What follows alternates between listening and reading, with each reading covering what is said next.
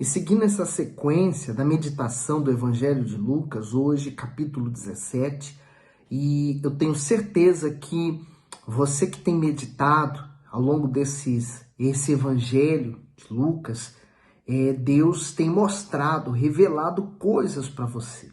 Então, mantenha-se nessa fé firme, meditando, guardando as palavras dele dentro de você e, claro, praticando. Vamos pedir a direção de Deus. Ó Deus e Pai, que o Senhor fale conosco pela Tua palavra, venha nos iluminar e que a Tua palavra seja lâmpada para o nosso entendimento e para o nosso caminho. Que assim seja. Diz assim no versículo 1, e disse aos discípulos, é impossível que não venham escândalos, mas ai daquele por quem vierem.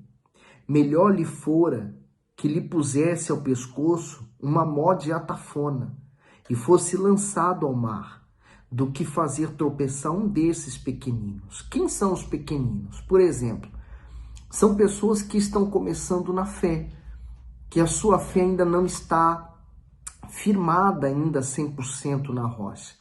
E o próprio Senhor Jesus já alertou que os escândalos é impossível que não venha, que não aconteça. A Bíblia mesmo é um livro de escândalos. O primeiro deles foi lá no Jardim do Éden, quando a própria Eva pegou do fruto e comeu e deu para o seu marido comer e ele comeu. Então, a própria palavra de Deus é um escândalo em várias partes, porque a palavra de Deus não escondeu os acertos nem os erros daqueles a quem ela fala. Então, é impossível que os escândalos não aconteçam, mas aqueles que ainda não estão firmes na rocha, eles terminam vendo, ouvindo os escândalos e eles terminam se afastando da presença de Deus, o que é pior. Então, ai daqueles por quem vem o escândalo. No 3, ele diz, olhai por vós mesmos. E se teu irmão pecar contra ti, repreende-o. E se ele se arrepender, perdoa-lhe. Então, o segredo está aqui, logo no começo. É uma frase pequena que logo tem um ponto final. Significa que é uma prática que devemos obedecer todos os dias. Olhai por vós mesmos. Esse é o segredo do que vai permanecer na fé. Se há uma pessoa que eu posso mudar, sou eu. Se há alguém que eu posso consertar, sou eu.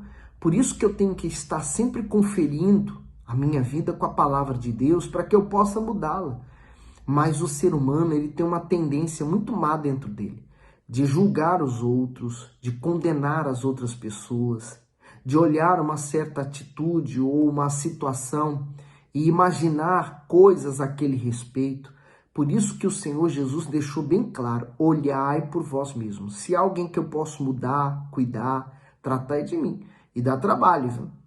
E aí diz o 4. E se pecar contra ti 7 vezes no dia, e 7 vezes no dia vier ter contigo, dizendo arrependo-me, perdoa-lhe. Disse-lhe então os apóstolos ao Senhor, acrescenta-nos fé. O Senhor Jesus falou do perdão. Se num dia a pessoa errar 7 vezes com você, ele falou 7 vezes você perdoa essa pessoa.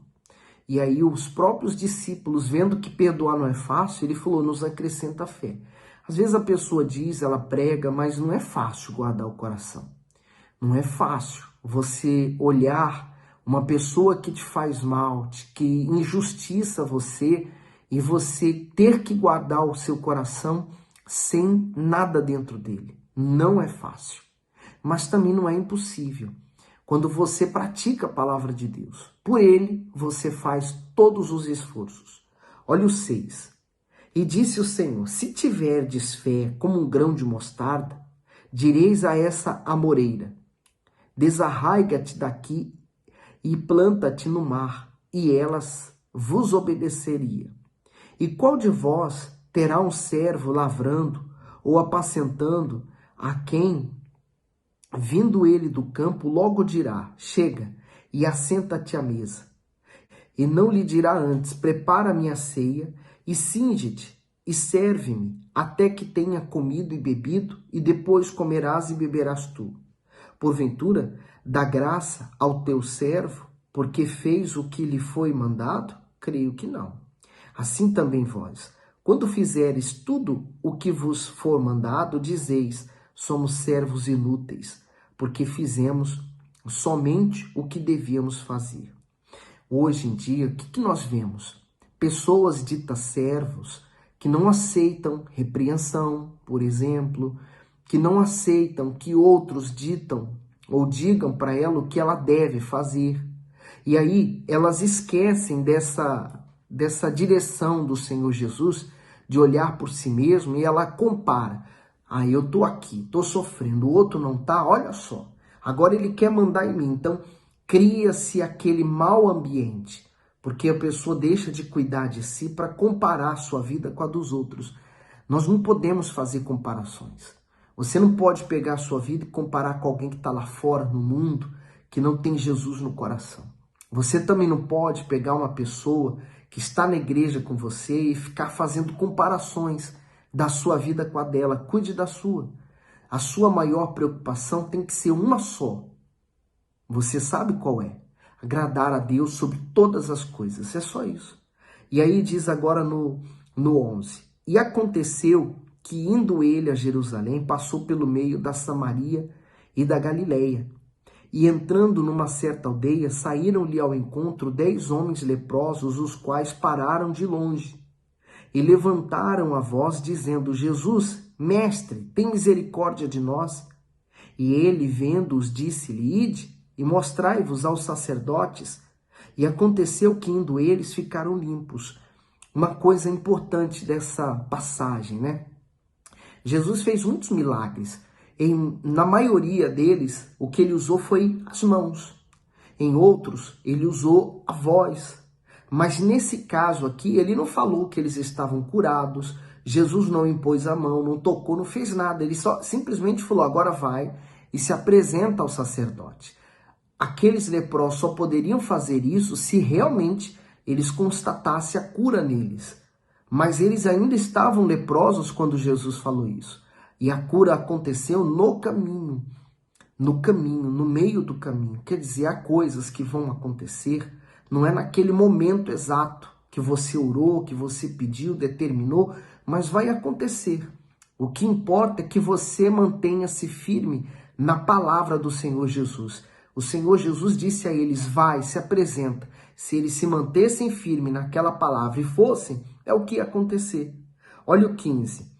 E um deles, vendo que estava são, voltou glorificando a Deus em alta voz. E caiu aos seus pés, com o rosto em terra, dando-lhe graças. E este era samaritano. E respondendo, Jesus disse, não foram 10 os limpos? E onde estão os 9? Não houve quem voltasse para dar glória a Deus, senão este estrangeiro? E disse-lhe, levanta-te, vai, a tua fé te salvou. E interrogado pelos fariseus sobre quando havia de vir o reino de Deus, respondeu-lhe e disse, o reino de Deus não vem com aparência exterior. Então, 2 coisas importantes eu quero destacar. Aquele homem, o único que voltou para agradecer, é o espírito que tem que estar em todo cristão. O espírito do agradecimento. O espírito que não vai deixar ele voltar ao estado em que ele estava. Que não vai permitir que ele retorne à podridão da onde ele foi tirado, né? Que faz e mantém a salvação dele em dia. É o espírito da gratidão. Os outros não voltaram. Esse voltou, ele era samaritano. Os samaritanos, eles eram um povoado que eles tinham as leis próprias deles. Eles pegaram os primeiros 5 livros da Bíblia e era só ali que eles tratavam a vida deles, em torno da lei de Moisés, apenas isso. E eles também aguardavam o Messias e tudo, mas eles se separaram dos judeus. Então, para o povo judeu, eles eram um povo pecador. E para eles eram o povo certo. Mas eles eram um povo diferente. E ainda assim esse homem, ele se sentiu tocado a voltar a falar com Jesus. Agora o 20 é muito importante. Essa é a segunda parte. Interrogado pelos fariseus sobre quando havia de vir o reino de Deus, respondeu-lhe.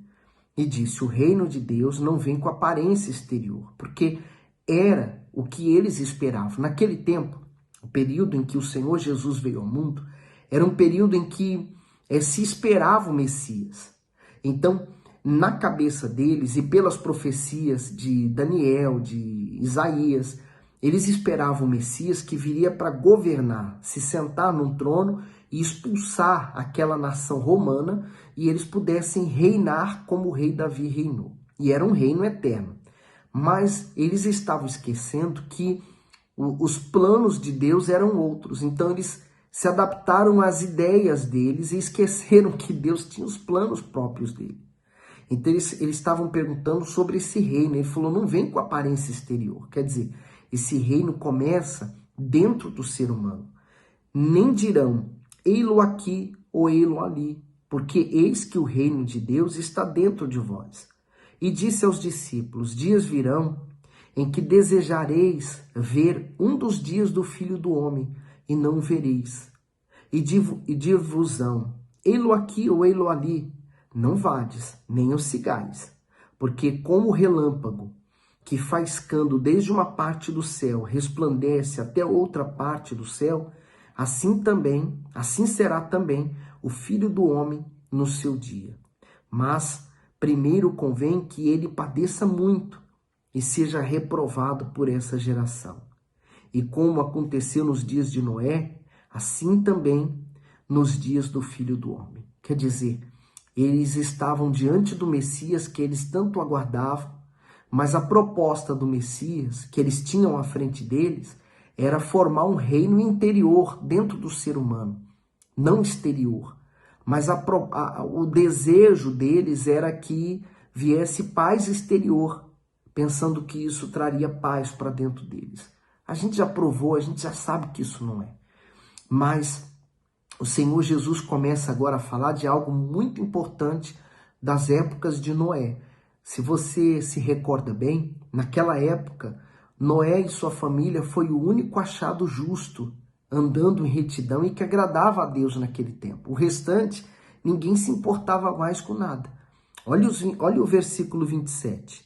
Comiam, bebiam, casavam, davam-se em casamento, até o dia em que Noé entrou na arca e veio o dilúvio e os consumiu a todos. Como também, da mesma maneira, aconteceu nos dias de Ló. Comiam, bebiam, compravam, vendiam, plantavam e edificavam. Mas no dia em que Ló saiu de Sodoma, choveu fogo do céu. Choveu do céu fogo e enxofre e os consumiu a todos. Assim será no dia em que o Filho do Homem se há de manifestar. Então, primeiro o Senhor Jesus se manifestou e eles não viram. E ele há de vir pela segunda vez, e a humanidade, como é que ela está? Da mesma forma que no tempo de Noé, do que no tempo de Ló, desapercebido. Veio essa pandemia, mas ninguém conseguiu entender o significado dela até agora. São os sinais da vinda do Senhor Jesus. É a mostra de que isso está para acontecer. O Bispo Macedo diz assim, aqui no comentário da Bíblia do Bispo. Olha só. No tempo de Noé, as pessoas não perceberam que a construção da arca era uma preparação para o dilúvio. Por isso, continuaram a viver normalmente como se nada fosse ocorrer. Mas ao se depararem com o dilúvio, somente os que estavam na arca sobreviveram. Da mesma forma, Deus tem dado tempo à humanidade para se arrepender de seus pecados e se voltar para Ele, antes que seja tarde demais. É certo que Ele voltará. E quando isso acontecer, muitos que foram relapsos na sua fé serão deixados para trás. Porque não deram importância e não se prepararam para este dia. Por isso que a Bíblia fala que o amor de muitos se esfriaria na terra. Não deixe o seu se esfriar. Guarde seu coração. No 31, naquele dia, quem estiver no telhado, tendo as suas alfaias em casa, não desça a tomá-las. E da mesma sorte, o que estiver no campo, não volte para trás. Lembrai-vos da mulher de Ló. Qualquer que procurar salvar a sua vida, perdê-la-á. E qualquer que perder, salvá-la-á. Então o segredo está aqui. Em você não dar valor a nada dessa vida. Você vive essa vida. Se Deus te proporcionou uma vida de qualidade aqui nessa terra, aproveita. Mas não se agarre a ela. Não se agarra a nada desse mundo. Porque nada desse mundo vai permanecer, vai acabar. E é isso que Jesus está falando. Olha só, lembra daquela mulher, a mulher de Ló? Qual foi o problema dela? É que ela foi olhar para trás. Ela foi lembrar das coisas que ela estava deixando para trás. As amizades, os bens. Porque Ló era riquíssimo quando foi para Sodoma e Gomorra. Mas saiu de lá com uma mão na frente e outra atrás. Ficou tudo destruído. Minha amiga, meu amigo, assim a pessoa, ela morre, o que ela leva dessa vida? Você ganhou muito dinheiro, mas qual o dinheiro que você leva? Então, enquanto você estiver agarrado às coisas dessa vida, você vai só perdendo. E aí, quando você se desprende dessa vida, você morre para esse mundo. E aí é que você vai viver de fato e de verdade. No 34, digo-vos que naquela noite estarão dois numa cama. Um será tomado, o outro será deixado. Duas estarão juntas moendo. Uma será tomada e a outra será deixada. Dois estarão no campo, um será tomado e o outro será deixado. E respondendo disseram-lhe, onde, Senhor? E ele lhes disse, onde estiver o corpo, aí se ajuntarão as águias. Por isso, guarde a sua salvação. Guarde o seu coração. Olhai por si mesmo. Esse é o segredo. Se você pode cuidar de alguém, cuide de si. Cuide do seu coração. Guarde ele para que nada venha entrar nele, tá bom? Esses versículos que nós lemos, era bom que você lesse novamente, meditasse também nos comentários da Bíblia do Bispo e se aprofundasse nele, porque é uma realidade da qual todos nós estamos caminhando para ela. Os sinais da vinda do Senhor Jesus estão mais claros hoje do que estiveram ontem. Estamos mais perto da salvação hoje do que estivemos ontem. E vamos estar mais perto amanhã do que estamos hoje, tá bom? Deus ilumine você.